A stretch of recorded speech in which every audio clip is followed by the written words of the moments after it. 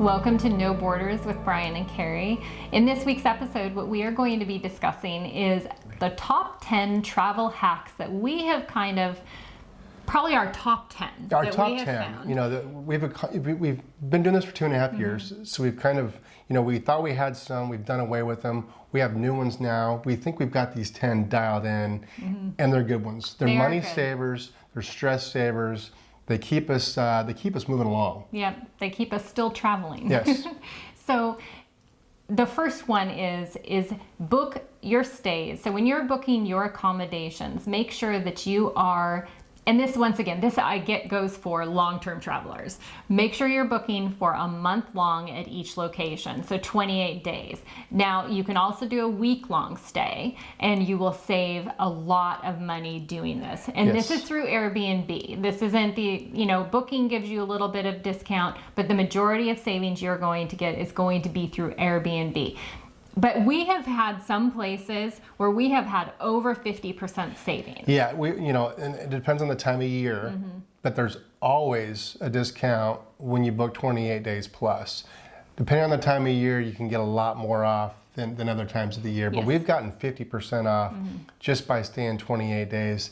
There have been times, don't tell anybody, but we have left before the 28-day period just because we had to get out of Schengen. Well, and I don't think that's any mystery to people. That's not a mystery, but other people do it too. Yeah, but they're not on YouTube or a podcast telling everybody about it. We are. Yeah. So go ahead, if you're planning on staying for 25 days, plug in 28 days and see what kind of savings you might get. We were astounded when we first started doing this on how much money we were able to save. Now, we've only done that a couple times, I think. We've left early a couple times. It made sense. We either didn't care for where we were at, not necessarily accommodation, but say location, or we needed to get out of Schengen was one another situation, so we had to leave early. But it was very surprising when we do plug in those 28 days. It was like in the beginning when we started doing it, I actually was like, oh my God, we're basically staying for 2 weeks for free. In some cases, yes. Yes. And so it makes complete sense to do that. But like I said, if you don't have a month to be in a location, then do the 1 week because you also get a week savings as well. So, and then like Brian mentioned, those savings when you're in the off season, that is where you're going to see the substantial savings.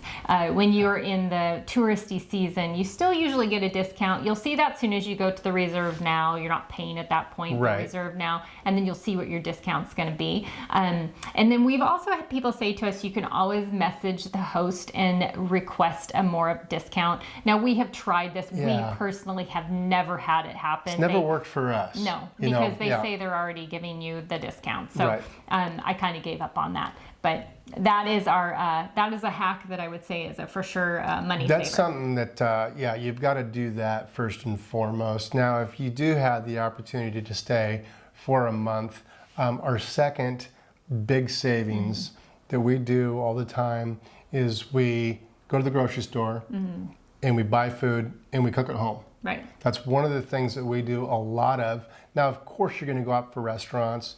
You're going to go out and eat the local cuisine.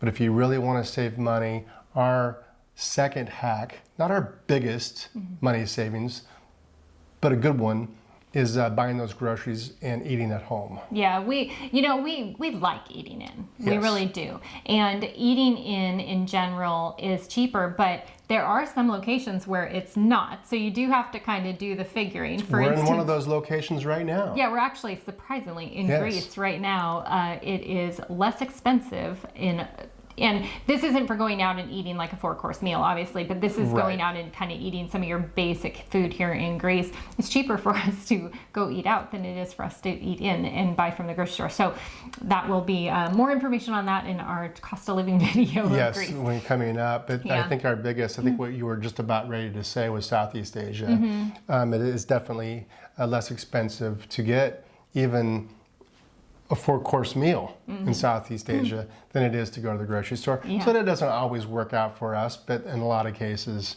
it does. It does. And so, I think that just be open to that. And that is a benefit if we are in a location for a month. But, even if you have that week-long stay, then it does make sense because you can go buy if you're only staying someplace for a couple days, it doesn't make a lot of sense because it's hard to go buy those groceries. Right. You can always buy your breakfast food, for instance, because that's easy no matter where you're staying to get yogurt, granola, whatever.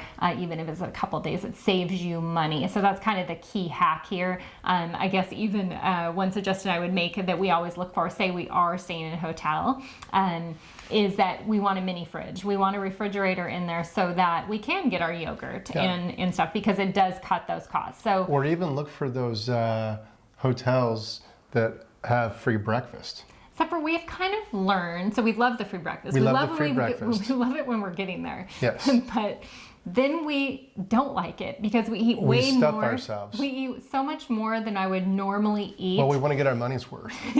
For breakfast, and then we just feel all then you day. skip lunch, and then you have a small dinner, and you're good to go. Yeah. No, but think about that though. If you're someplace for 3 or 4 days, and you're going out for breakfast, and then you're going out for lunch, and then you're going out for dinner because you're only there for 3 or 4 days, that can add up in a real quick hurry. So that's something that we try and avoid doing as often as we can. Mm-hmm.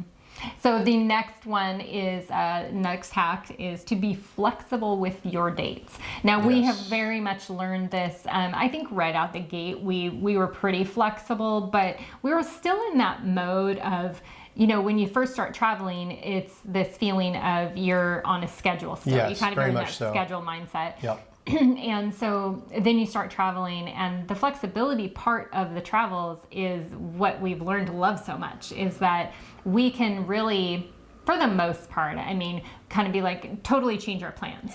Yeah, well, back to what we were just saying about the 28 days, booking a place for 28 days, and if you only stay for 26 or 25, because you want to get to that next destination, because you found a great deal on a flight, or you found a great deal on an accommodation, you don't have to stay the whole 28 days just because you've already paid for it. You got a discount on it to begin with. You're getting a great flight because it's a Tuesday or a Wednesday and not a Saturday or a Sunday. So be flexible and learn that you can get savings by flying out on different days, booking accommodations for 28 days at a time, and then leave early if you have to. Yeah, and even additional with the booking the accommodations is that if you have a plus, or so at the bottom of, say, your search for, and this is both on Airbnb and on Booking, and actually I think maybe even on Expedia, there's a +1, +2, +3 on there. You want to push that button, because what that's going to do is it's going to search around the dates that you have put in that you want to travel. And so for accommodations, for instance, with Airbnb, if I am searching for an Airbnb in a specific location, but say the day we were arriving, one place was somebody was checking out that day, it's not going to show, or the next day, it's not going to show as available. Where if I have that button pushed, then other places show up. And then you can kind of shift your days around a little bit, and it may be worthwhile, which is what we did in Fedia, because we really wanted the place we stayed, but it was booked.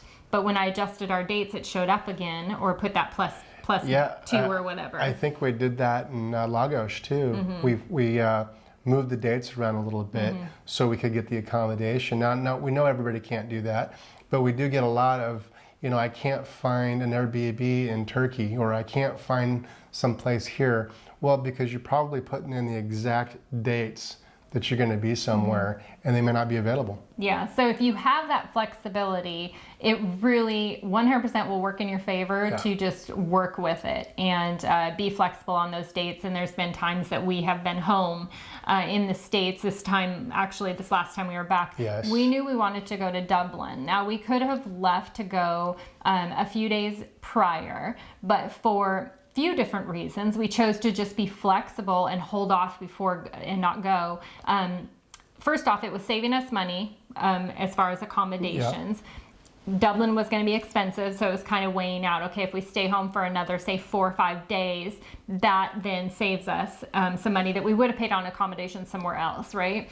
And then also, I was looking at that if we just shifted our days, we could get a flight for really inexpensive to fly out of Dublin to get to Antalya. So that flexibility allowed us really to go to Dublin. Right, it allowed us to go to Dublin. It saved us money from Seattle to Dublin, and it saved us money from Dublin to Antalya just because we moved a couple dates around. Now, another hack that you can use to save some money is also using Google Hotels. Now, these are all on the same platform as far as Google Flights and Google Hotels. You'll just select it at the top.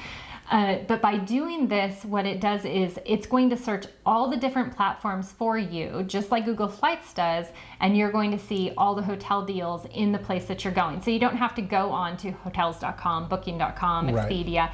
You can just go on to Google Hotels and it's going to show all the deals for you. Not to mention, there are some really great last minute deals on hotels that you can do as well. So if you go on to any of these platforms, I think that it's hotwire.com has a really great last minute deal. I can't remember, they call it like hot deals or something. And if you do have the ability, you know, even for us, like when we are in a location and it's kind of like we want to just do an overnight, like leave our Airbnb but do an overnight somewhere. If you go on to there and just look at what their deals are for that one night, you can get some great deals on there as well. You can get some great deals. I think we did that in Milan, didn't we? I believe so. And it's just something that also came with the free breakfast. So that was something that we worked to our advantage. Again, just staying a little bit flexible. Now, also make sure that you have a credit card with no foreign transaction fees.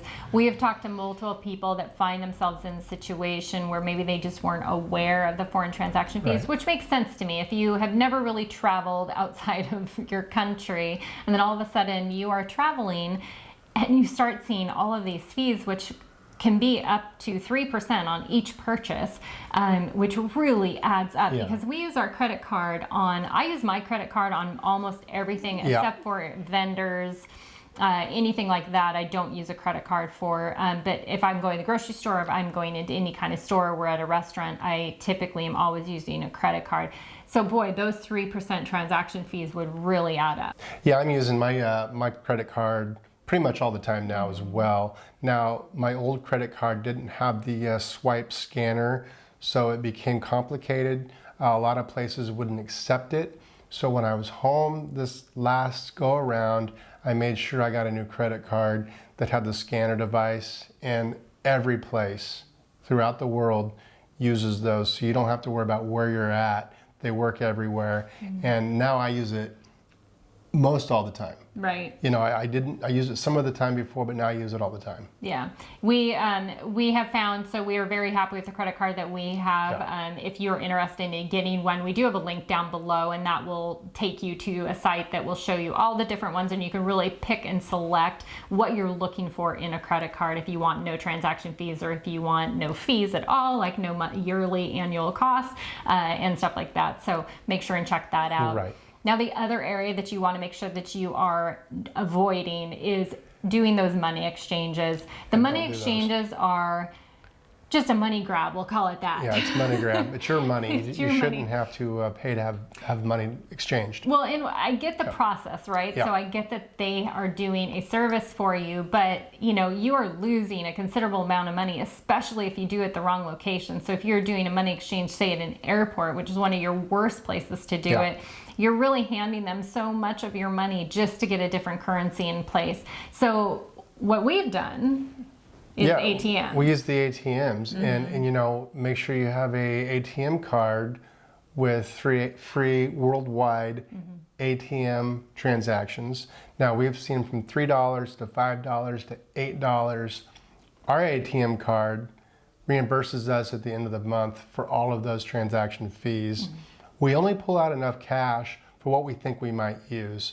Now, if we have anything left over and we're at the airport, it's usually a few bucks, and we go to Starbucks or we go have a slice of pizza and we spend it. It's not a big deal.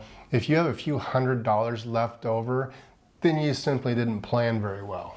Yeah, you know, and that is one of those things that I would say, we get this question a lot, and it's always kind of interested me, I guess, because we've never really found ourselves too overwhelmed. Well, you do. You have a story about Albania. That wasn't my fault, though. You got a bit too much out. We did a conversion problem there, and ended up with money. And lo and behold, they actually do not even add a money exchange. He didn't care if he had to lose some money. They do not exchange it anywhere outside of Albania. Outside of Albania, you can't do it. So and I'm you stuck with it. every single exchange we go by. Yeah, I think you've now given up because they've now gotten to the point they almost laugh at us. They do laugh at me. They don't almost laugh at me. They laugh at me. And I do still try. It's been 2 years now, and every time I pass one, I look over and I ask the question. One gal, I was in the UK at Heathrow Airport, and I asked her, hey, do you exchange Albanian Lake? And she looked at me and said, do you speak English? And I said, I'm pretty sure I just did speak English. Obviously, you don't exchange Albanian Lake. She didn't even recognize what it was. Yeah. She felt stupid, but it was still funny. So so I got stuck with 170 US dollars worth of it. It's still in my wallet. If anybody wants to do an exchange for us, that would be great. That'd be great. So that I would say has saved us a ton of money over the last 2.5 years, not having to worry about those fees from drawing money out on the ATM. We do a really great job. You know, that's something you will just get used to of how much do I spend in a month on average of just say going out for entertainment stuff. So going out and grabbing a beer and those kinds of things that you may just want cash for. You'll get really good at it. As we get down to about our last week and a half before we're going to be leaving, and that is when you start using all that cash and you stop pulling out that credit card, right? And so by the time we leave, we've gotten so good that we do not have any cash left over at all. Very little, if any. It's usually change if we have anything left. And I did hear one kind of cool tip that I thought was pretty interesting was if you have cash left over and say you go to an airport, you can go to say a Starbucks, McDonald's, or any of those kind of chain locations that are worldwide, and you can get a gift card and put that cash onto a gift card, and then you can use that anywhere. So it's one way to, if you do have anything left over, the little amount we have left over is usually that we go and we grab our snacks for the flight and stuff. Yeah. That sounded like a bonus tip. That was a bonus tip. That was a bonus tip. I didn't even think about that. Yeah. The other bonus tip that we will give you is, and we didn't learn this probably until the first year that we were traveling, is make sure when you are at an ATM and it asks you, do you want to convert the currency? You never accept the conversion. You want your bank to do that conversion for you. If you allow their bank to do it, they're going to give you the worst rate. So you want to make sure just let your bank do it, accept the currency at the rate that they're giving you, and let your bank do the conversion for you. Okay, now this is one we learned the hard way. We learned this as we got through it. I think we were quite a ways into our travels, 6-7 months into our travels, and we had checked luggage, we had a carry-on bag, and we had an under the seat bag. First of all, don't do that. That's ridiculous. It's way too much to haul around. It's way too much to throw in a cab. It's way too much to haul through an airport and everything else. It's also way too much to spend to get that luggage home. We flew home from Santorini to Seattle. I think we paid $120 each. It was ridiculous. Right? Just to get our luggage home. Yeah. We got home, we got rid of that luggage, got CarryOn Luggage.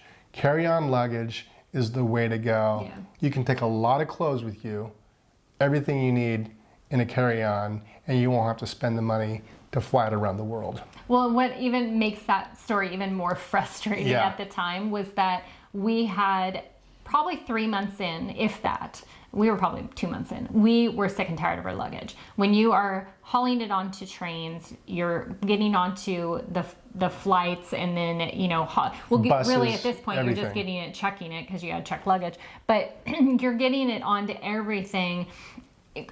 Going upstairs, I mean, I'm sorry, but there's a lot of places. For instance, the place we are in now, it's 3 flights up. There's no elevator, so you're carrying this luggage up and down with you. It is wearing. It makes travel days really, really hard. And so we had already decided we are done with this. We are committing because we knew I was nervous of switching over to CarryOn Luggage. I didn't know if I was going to be able to do it. I had, the toiletry thing is the issue, right? Is you can only take so many liquids with you. But I was so sick and tired of it. Like, if we buy it, and so I told Brian one day, I just ordered my luggage because I knew as soon as I ordered it online, I was not You're going committed. to back out. I'm committed You're to committed it. to it. So then Yep. we get to the airport with this luggage it's still really good luggage. So you Yep. don't want to just toss it. Plus you have all your stuff in there. And now we have to pay $120 to get home with that luggage that we know we're not going to use We're not anymore. going to use anymore. So that pissed us off even more. So yeah, I think that the carry-on luggage, it has saved us so much. It saves you first off, it saves you a ton of money. So, we have checked our luggage. I think now twice we've been forced to check our luggage. Yes. And that doesn't, because people ask us like size restriction for our bag, because we did go with the bigger carry-on. Once again, we'll have the one that we went with linked below if you're interested in it. But we've never been stopped because of the size of the luggage. Right. The size has never been a problem. It's always been the weight. And they can't look at our luggage and determine how much it weighs. They have to actually weigh it. Well, bonus tip, we don't check in to the airport when we're at the airport. We get online and we check in online 24 hours ahead of time. So we go right to the gate. If they weigh us at the gate, that's where they get us. Yeah. They don't always weigh you at the gate.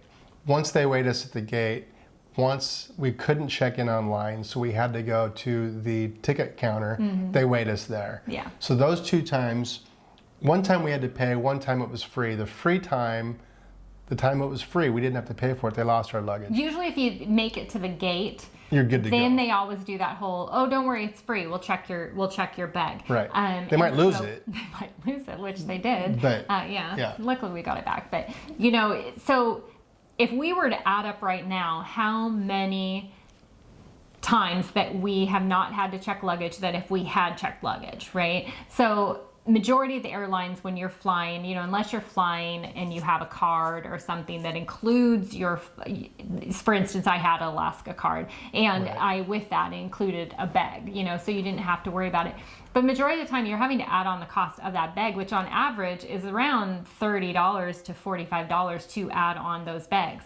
And so if we were to do that for every one of the flights we've done over the last 2 years since getting our Right. carry-on, it would have cost us a lot of money. So we have well overpaid for our luggage. Yeah, that luggage has paid Yeah. for itself over and over Yeah. again. But I think also just the stress, Yeah. I think that take cost even factor out of there. When we have had some connecting flights, and they're an international connection, if you would have had to go get your luggage, because a lot of time they require you to get your luggage, then you go through security again, you go through your customs, and then you put your luggage back on the thing, and and then you head to your flight. If we would have had to do that in some of our connections, we would have missed our flight totally. So when you have that luggage with you, it's a lot faster. Plus we're not having to carry anything on our backs. Right. Carry on only. Carry on only, Carry it's on going to only. save you money and stress. Research your flights and accommodations using a VPN. You want to use a VPN as often as you can, especially when you're on the road. Yeah. So this is one thing that I had no clue even was a thing that happened. So when you go on and you are searching and say you go onto any of these platforms, and this goes for the Google Flights, like we mentioned that, but also Expedia or any of these, and you are going to look for accommodations or flights, and you're in, say, the country. So we have the US set as our place on our VPN.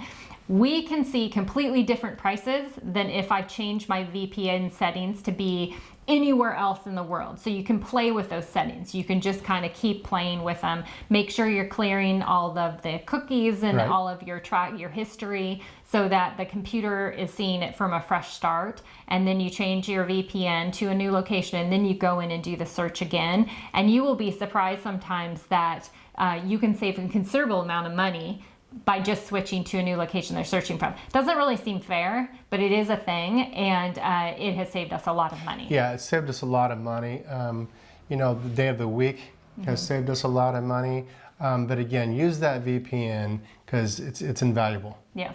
And so the one we use, if you are interested in VPN, is NordVPN. We've been very happy with them. It works everywhere. The only place it didn't work great is in Turkey, but there's some rules and regulations on that. So, but yeah, you can check that out as well. Okay, one of the most important ones, someplace you're probably going to start, is you're going to start looking at these flights.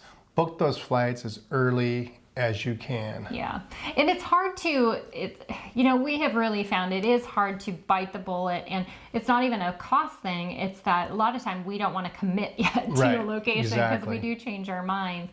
But for those international flights, booking early really is key. The golden point, I would say, is I don't wait any more than 3 months out for a international flight. Now, for those domestic flights, you can really wait down. You're still going to be able to get some good deals on those, or Right. some better deals sometimes for waiting longer. But those international flights, just start watching them, tracking them. You can track them on Google Flights, you can track them on Expedia, and then you'll just get these notifications and emails letting you know that the flight is either going up and down in price. And then, with that, you can then make a decision. You're going to see it move enough in one direction where all of a sudden I'll just say to Brian, okay, it's time. We gotta, I'll be sitting on the couch, watching a little TV. Brian, we got to buy those tickets right now. So it's time. It's time to do it. Okay, so you've probably got a pretty good idea who is booking all the flights. Carrie's booking all the flights. She's really good at it. She's got the system dialed in. I know what platform she uses, and it's a good one. It is. So we do all of the searching on Google Flights, and this is where I start every time that we are going to be looking at a new location or looking for a specific flight or anything. Google Flights is the very first place that I always start. You can search on Google Flights doing a lot of different searches. So there's a couple things. The one that I love is Explore mode, because for instance, if we don't really know where we want to go, we can put in I can put in like, we are in this location and where can we fly from here? And it will give you all these prices of the flights for a specific date or a date range or a month range or whatever. Right. That's kind of fun to play with. I've played with it before. Yeah, it's fun to play with, because all of a sudden we could be in a location and then I can look at what options and be like, oh my God, we can fly here for $40. Right. I mean, it's absolutely insane, some of the deals that you can find on there. So there's Explore mode that you can use if you're looking and open to possibilities. But say you're looking, for instance, for us, we'll just use the example of flying from where we will be in Antalya and we have to go to Seattle. Now, I don't want to put in that I'm going directly from Antalya to Seattle, because I do start with that, because that'll cost you a lot of money. Usually it will cost a lot of money. And so you start with that, but then you move from there. So then your next step is going to be, okay, I'm going to fly from Antalya, and I'm going to then look at the map and I'm going to see where can I fly in Europe as a hub for what price, right? So usually a great one is London. So say we found a really great flight for, say, $60, $40, whatever, to London. Now I'm going to look from London, and then I'm going to look to Seattle. And that is usually kind of how we do our flight search, or how I do the flight search, is from a hub to hub or something. Right. We've flown from Heathrow to JFK, from JFK to Atlanta, from Atlanta to Denver, from Denver to San Francisco, from San Francisco to Seattle. We never just to save a little bit of money. No, we did not. We've never ever done that. No. He complained about what was it? I found us a flight. So it's a 6-hour layover. If you've never heard of North Airlines is a great budget airline. They just do the transatlantic flights. They're actually widening their availability now to some more hubs. I think they're actually going to the West Coast now. But the beauty of North Airlines is that, I mean, when I found this flight, we were trying to get home from Split, and I was doing that. I'm going from Split to Seattle, and it was like $1,200. It was a ridiculous amount of money for a flight home for one person. And so I found we could fly to Oslo, and that was pretty affordable. I think it was like $100 something. It was really to get cheap, to Oslo. if I remember right. Yeah. And so we got to Oslo, and then Oslo, no matter where we went, we were going to have a 4-hour layover. Yeah, okay? It was 6. Yes, but that's okay. This one was going to be 6 hours layover. All right, get over it. He can handle it. He managed. Okay. I did manage. But what I found is North Airline, we could take North Airline and we could get to JFK, so we can get to New York, and it was $142. Right. So now we're at $242, and then we were able to get our flight home, which was, I can't even remember honestly, but it was no more than a couple $100. So when he was complaining about the 6-hour layover, I looked at him and I was like, what is your hours worth? She looked at me, she stuck her finger out, and she said, listen, buddy, I'm saving us about $500 each. Like $500 to $600 each for this flight, and it really only ended up being a couple hours more of a layover. And I'll tell you too, she was saying we're going to fly this new budget airline, Norse, and we didn't know. what this flight was going to be like. And we have no allegiance to this airline at all. We get no kickbacks. We get no anything. It was a great flight. It was a great flight. It was a budget airline, so you don't get food, you don't get all this other stuff. But I think the plane was brand new. It was a very new plane. They don't have it's not super roomy. We didn't, but once again, we also choose the economy area. You could upgrade to the better ones. It was a great flight. But you had the movies on the back of the seat. You had everything like that. So, all in all, it still is only like a 6 to 7 hour flight from there to New York. Well, that's no different than us going from Seattle to Florida, and we sure as heck don't get anything going from that direction either. They don't serve you a meal. You're lucky if you get a bag of peanuts. Right. Yeah. Bag of peanuts. So anyways, Google Flights, use it. It will be your absolute best friend when you are searching. If you have the flexibility to put in different dates and move your dates around a little bit, be willing to fly from one hub to another hub. For instance, just those transatlantic is really key, but also trans-Pacific. So if you are going over to Southeast Asia, when we flew, we went to Tokyo. So Seattle, Tokyo, then Tokyo to Bangkok. Bangkok. Yep. And, just be flexible with that, because you can find yourself some really wonderful deals. They're not going to be much, he jokes when he's talking about like we have crazy layovers. We do not, and we do not do a bunch of stops. I mean, on average, we do 1, maybe 2. And that would be typical no matter what. Rarely are there direct flights from where we're at right now. I'm just kidding. He's kidding. But that I would say would probably be your biggest money saving tip right there. But with that said, I will tell you that this is also very seasonal. So if you are searching for flights on Google Flights and like, wait a minute, I can't find a great deal. I've been there. Our flight going home this time, when I did say that search from Antalya to Seattle, I did search all those ways that I just told you that normally work for me, but because we were flying home in the middle of July, prime season, it did not matter, and we are flying from Antalya to Seattle. And it's going to cost us. And we still have 2 stops, even though I bought basically it called a direct flight, but it's not. You're still doing 2 stops, and it does cost you. So, just keep that in mind, that if you can be flexible on, especially your long haul flights, don't do those if you can possibly avoid it right in the key high season like we're doing. Okay, well, we hope that these tips are going to save you some money in the long run. If you have any questions about any of these, I know that there's a lot of information here. Put them in the comments below and let us know. If you would like to find us on any of our other platforms, you can find us on Instagram, Facebook, and on our website, or on our YouTube, which is at Brian and Carrie. And then we do have our website as well, which is brianandcarrietravels.com. And we will catch you next time. Cheers.